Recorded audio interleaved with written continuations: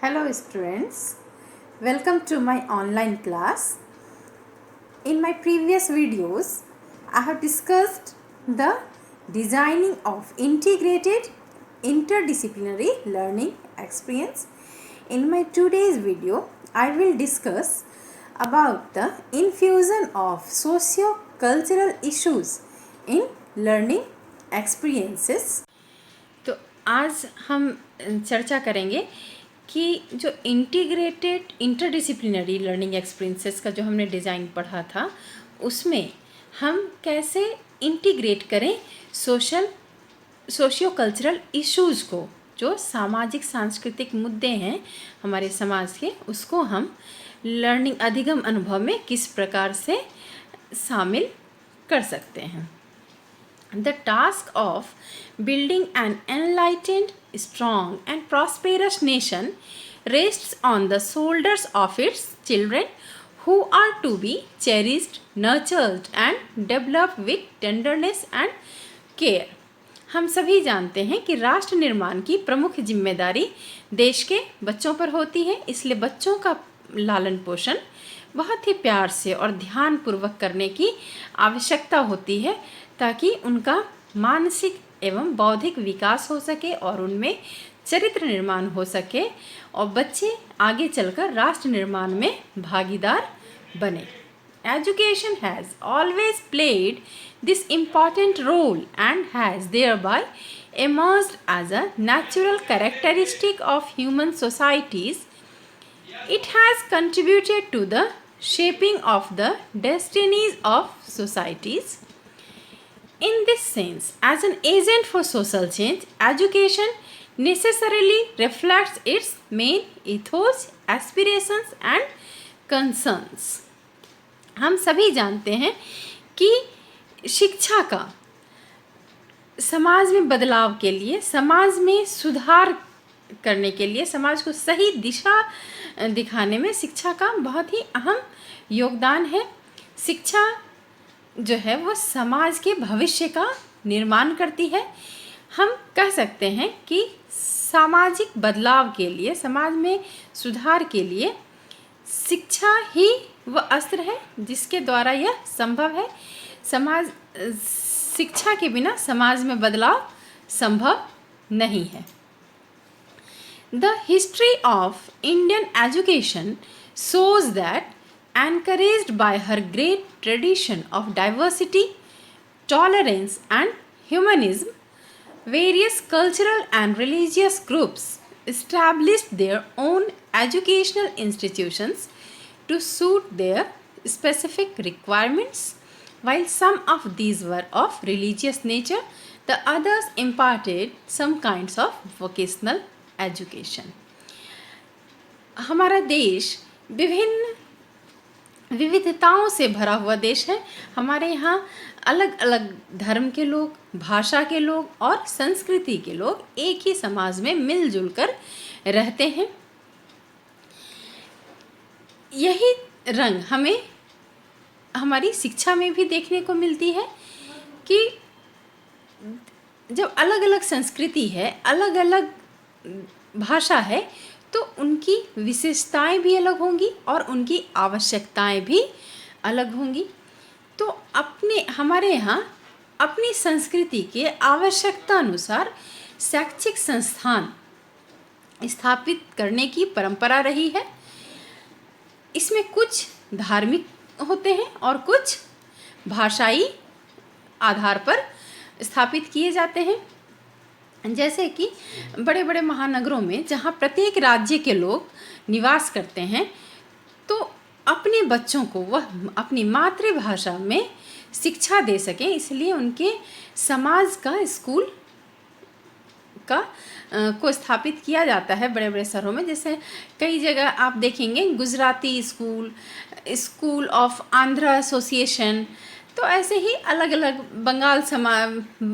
Bengal association का school, तो अलग अलग स्टेट का लैंग्वेज के बेस पे स्कूल हम देख सकते हैं महानगरों में या ऐसे शहर में जहाँ विभिन्न प्रांत के लोग निवास करते हों. वैसे ही धर्म के आधार पर भी हम देखते हैं मदरसा या गुरुकुल। मदरसा में हम सभी जानते हैं कि धर्म की शिक्षा दी जाती है, कुरान की शिक्षा दी जाती है, और वैसे ही यूनिवर्सिटीज़ लाइक BHU है, अलीगढ़ मुस्लिम यूनिवर्सिटी, इन सभी विश्वविद्यालयों की स्थापना भी धर्म के आधार पर ही की गई है। The religious institution provided for the development of the whole individual body, mind and spirit, infusion of a spirit of piety and religiousness, formation of character, development of personality, inculcation of respect for civic and social duties, production of social efficiency and preservation and spread of national culture। जितने भी हमारे धार्मिक संस्थान हैं, हम DAV का भी example ले सकते हैं कि इसमें वैदिक शिक्षा के साथ साथ अंग्रेजी शिक्षा, जो आधुनिक शिक्षा है, इसको देने का प्रावधान है कि आधुनिक शिक्षा के साथ साथ बच्चों को अपने वैदिक शिक्षा से भी जोड़कर रखा जाए। इस प्रकार की शिक्षा बच्चों का सर्वांगीण विकास करती है, उनके मस्तिष्क, उनके शरीर, उसके आत्मा का संपूर्ण विकास होता है, और उनमें दया, धर्म और चरित्र निर्माण होता है। उनका व्यक्तित्व ऐसा व्यक्तित्व बनता है जिससे वह अपने सामाजिक जिम्मेदारियों के प्रति जागरूक होते हैं, और समाज में उनमें सहिष्णुता आती है, और समाज में वह बराबरी देखते हैं, जिससे देशभक्ति की भावना प्रबल होती है। Social school education in recent times has emerged as an important segment of the total educational system, expected to contribute significantly to the individual as well as the national development process। हम संपूर्ण शिक्षा प्रणाली में स्कूली शिक्षा का बहुत ही महत्वपूर्ण स्थान है, यह हम सभी जानते हैं। आपने पहले भी पढ़ा है और आप जानते भी हैं, क्योंकि बच्चों का जो डेवलपमेंट का टाइम है वो सर्वाधिक समय उनका विद्यालय में व्यतीत होता है। इसीलिए हम जो बच्चों में चरित्र निर्माण करना चाहते हैं, जो गुण हम उनके अंदर डालना चाहते हैं, वो विद्यालय में ही संभव है। इसीलिए स्कूल एजुकेशन जो है वो बच्चों के पर्सनालिटी डेवलपमेंट के साथ साथ राष्ट्र के प्रगति के प्रक्रिया में भी सहयोग करती है। A meaningful curriculum shall have to be responsive to the socio-cultural context of the country। हम बच्चों को समाज के प्रति कैसे जागरूक बना सकते हैं? जब हमारी पाठ्यचर्या जो है वो देश के सामाजिक सांस्कृतिक परिप्रेक्ष्य में हो। एक अर्थपूर्ण प्रभावी पाठ्यचर्या वही है जिसमें समाज की सामाजिक सांस्कृतिक जो मूल्य हैं वो समाहित हो, और हम बच्चों में वह सारी गुण, सारी जो क्वालिटी है वो हम इन्फ्यूज़ कर सकें। It is widely accepted that education adequate in quality and scale is the most powerful instrument for achieving goals of action and establishing social cohesion। Some of the important national goals are secularism, democracy, equality, liberty, fraternity, justice, national integration and patriotism।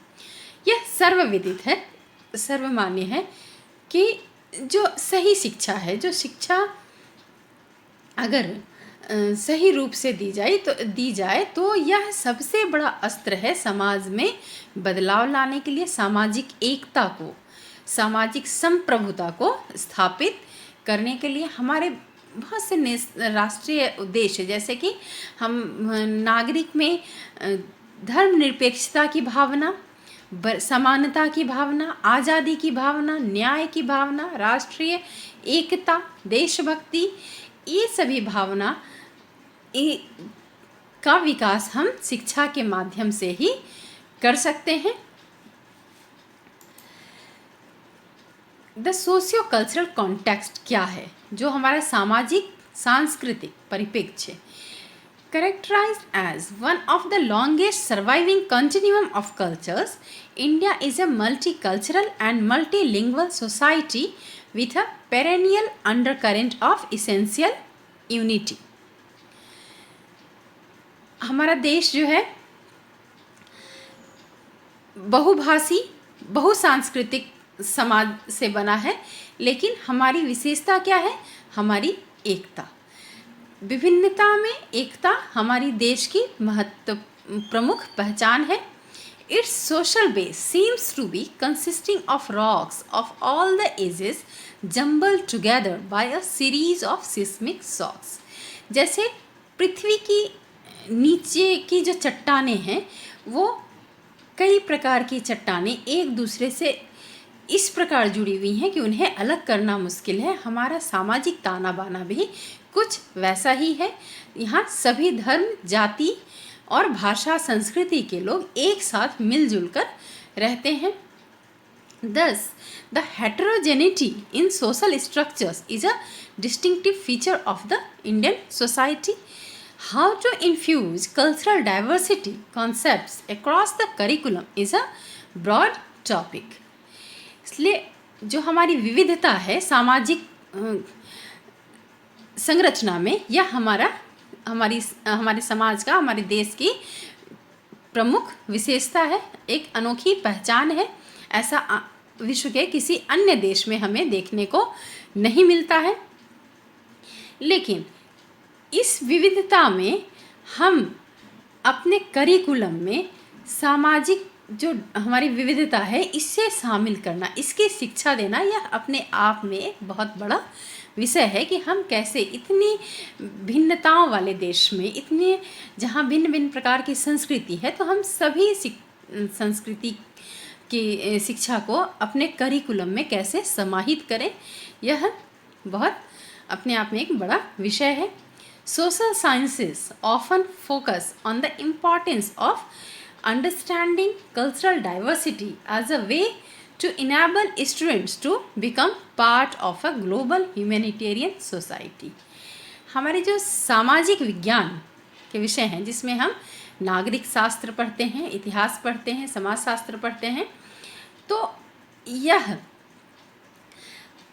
हमें मदद करता है अपने संस्कृति को पहचानने में।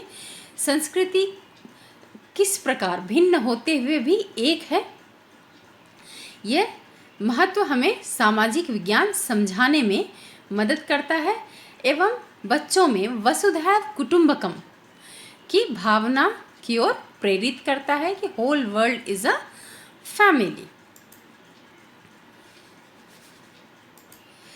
Infusion of cultural diversity concepts within courses and across the curriculum is preferable to more isolated approaches.